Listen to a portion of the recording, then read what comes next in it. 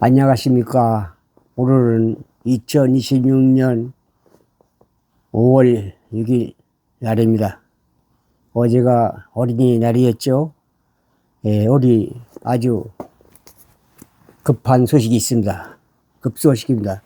심종호 부장판사와 김건희 여사 관련 사건.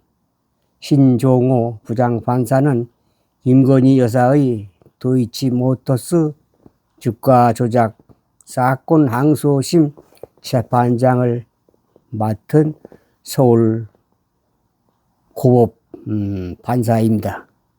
지난 5월 6일 새벽 서울고등법원 청사 내에서 화단에서 숨진 채 발견되었습니다. 화단에서 발견됐습니다. 5월 6일 새벽 서울 고법원 청사의 화단에서 숨진 채 발견되었습니다. 가족의 신고를 받고 출동한 경찰에 의해 발견되었으며 현장에서는 유서로 추정되는 문건도 발견되었습니다. 경찰은 타살 정황은 없으며 정확한 사망 경위를 조사 중이라고 밝혔습니다. 신종호 판사는 여기에는 이렇게 됐네요.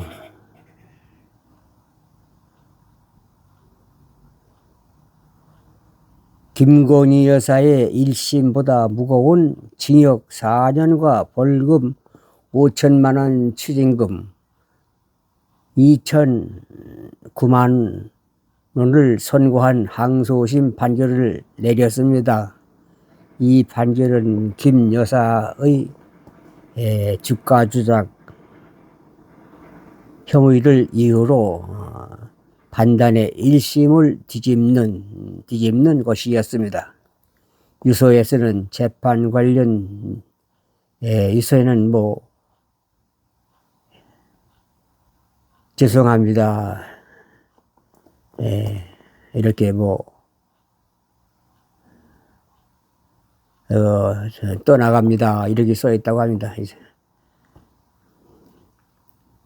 신종호 부장판사는 김건희 여사의 주가 조작 항소심 재판을 담당한 후에 법원에서 숨진 채 발견되었고 경찰은 타살이 아닌 자살로 보고 있습니다. 타살이 아니라 자살.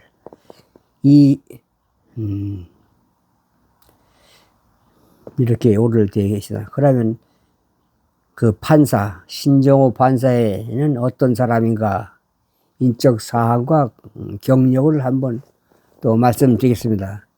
신종호 판사는 1971년 3월 15일이면 55세가 돼요. 서울특별시에서 서울에서 태어났으며 상문고등학교와 서울대학교 법과대학을 졸업했고 그는 1995년 제37회 사법시험에 합격하고 1998년 사법연수원 27기를 수료한 후에 2001년 서울지방법원 의정부 지원에서 판사로서 경력을 시작했습니다. 처음에는 서울지방법원 의정부 지원에서 처음에 판사로 시작했다고 합니다. 이후 울산지방법원 울산, 다음에는 대구 고등법원, 대전 고등법원, 청주에서도 있었네요. 청주 재판부 등을 거치고 2020년부터 3년간 서울 고등법원 고판사로 근무했습니다. 2020년부터 3년간 서울 고등법원 고법판사로 근무했습니다. 서울에서 다시 또 대전으로 갔네요. 대전 법원으로 해서 근무하다가 2026년 2월부터 5월까지 서울고등법원 고법 판사로 재직했습니다. 온 지가 얼마 안 되네요. 26년 2월서부터 지금 5월까지니까 3개월 전에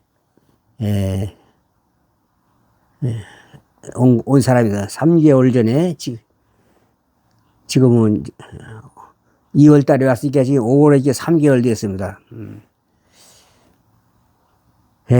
대전에서 서울로 3개월 전에 올라왔다. 이렇게 인지하시면 되겠습니다. 신종호 판사는 2026년 5월 6일 서울고등법원 청사예요. 청사. 다른 데가 아니라 청사 5층 테라스에서 추락해 사망했으며 현장에서 유서가 발견돼 죄송합니다. 이렇게 유서를 했다고 합니다. 뭐 전체는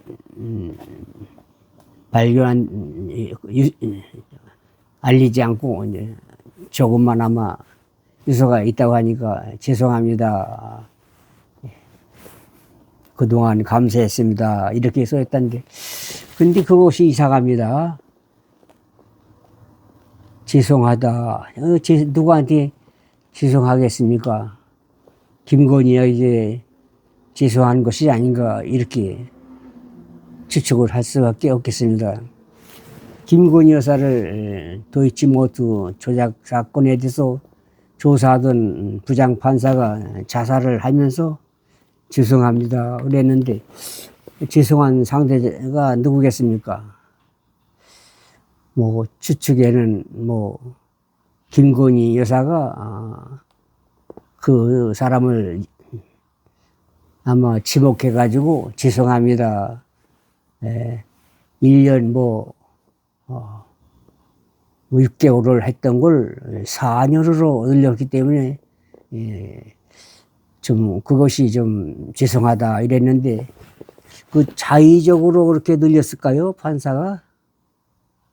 지금 사법부까지 이재명 정권이 장악하고 있는데 본인이 2년 4개월을 늘려가지고 한 것이 2년도 아니고 2년 4개월 늘린 것이 더 늘렸다는 것이 참 압박감이라고 할까, 양심이 참 껄끄러운 것이기 때문에 잘하는 것이 아닌가, 이렇게 추측할 수밖에 없는 상황입니다. 그렇게 인지하시고 앞으로 또 조사를 한다고 하니까 타살인가 자살인가도 조사한다 그러는데, 거의 다 그거는 자살로 하단에 떨어져 있는 걸 보면 10층인가 5층에서 10층에서 떨어진 것 같다는 추측을 합니다. 이 사건을 보니까 참 결국은 이건 정권에서 어떤 왜곡죄가 있기 때문에 재판을 잘못해도 내가 또 위협을 느끼기 때문에 참 1심과 똑같이 2년 미만의 선고를 해야 되는데 2년 4개월을 늘려서 했기 때문에 양심의 가책을 받은 게 아닌가, 이렇게 생각을 해볼 수도 있겠습니다. 윗선에서 어떤 압박이 있지 않았나. 그러면 3심에서는 어떤 결과, 어떤 취지로 또 거기에 대해서 또 참작을 하면 또 3심에서는 어떤 참 선고가 이럴까 궁금한 그런 상태입니다. 앞으로 더 이제 조사를 한다 하니까 추후 소식은 다음에 또 여러분에게 알려드리겠습니다. 참 특검하던 부장판사가 자살을 했다. 그건 어느 선에서 좀 여러 가지 찝찝한 이슈가 되고 찝찝한 그러한 기사입니다. 이재명 정권 하에 이재명도 그 주위에 가서 5사람이 자살하면서 그만 내려오십시오. 이렇게 이제 정치 그만하라는 거죠. 여러 사람이 죽으니까. 그때도 검찰의 과잉 주사로 그렇게 죽었다고, 자살했다고 하는데, 요번에는, 부장판사면 참, 거기까지 오기까지 얼마나 공부를 많이 하고, 참, 대단히 똑똑한 사람 아닙니까? 그런 사람이 이 없이 그냥 자살했겠습니까? 타살 흔적을 안다니까 자살은 뭐 거의 확실합니다. 그렇기 때문에 3심에서 영향을 받겠다. 많은 영향을 받겠다. 그렇게 생각하게 될 수밖에 없는 상황입니다. 참으로 참 우리나라 정치권의 이슈로 아주 대두되고 특검할 수 있는 그런 사건으로 앞으로 점점 확대해가지고 그거로 인해서 이 정권에도 큰 타격을 받지 않을까. 이재명 대통령도 아마 근심을 하지 않았나 이렇게 생각을 하게 됩니다. 그걸 또 빌미로 해가지고 국민의힘은 또 계속 또 여러 가지 또 생각을 해서 싸울 기회가 됐다. 부장판사 계기로 또 다시 지지율이 오를 그럴 또 상황이 된 것도 같습니다. 이게 한쪽에서는 손해를 보면 언제나 또 한쪽에는 이익을 보는 것 같습니다. 한쪽에서 손해를 보면 한쪽에서 이익을 보여요. 도박을 하면 어떤 사람이 다른 사람 있죠. 돈이 잃은 사람도 있고, 또 반면에 또 기뻐 날 때는 또 돈을 딴 사람이 있는 것입니다. 이렇게 봄이 가고 여름이 가고 겨울 오는 것 같이 세상은 추운 겨울이 있으면 반드시 더운 여름이 있는 것입니다. 여러분, 절대로 우리가 어떤 상황이 있어도 자살은 하지 마시다. 자살은 안 됩니다. 자살하지 말고 끝까지 자기 소신껏 자기 하는 일에 최선을 다하는 우리 국민이 모두 되시면 어떨까 이렇게 생각합니다. 이만 90세의 생각을 급박한 소식을 여러분에게 말씀드렸습니다.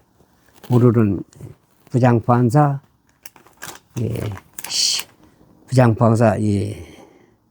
신 5층 테라스에서 추락해 사망했으며 이렇게 됐습니다. 판사 이름은 신종호입니다. 신종호 판사입니다. 55세입니다. 서울에서 태어난 사람이라고 합니다. 이만 줄이겠습니다. 모두 건강하시고 행복하시기 기원하겠습니다. 90세 유기환 이만 물러갑니다.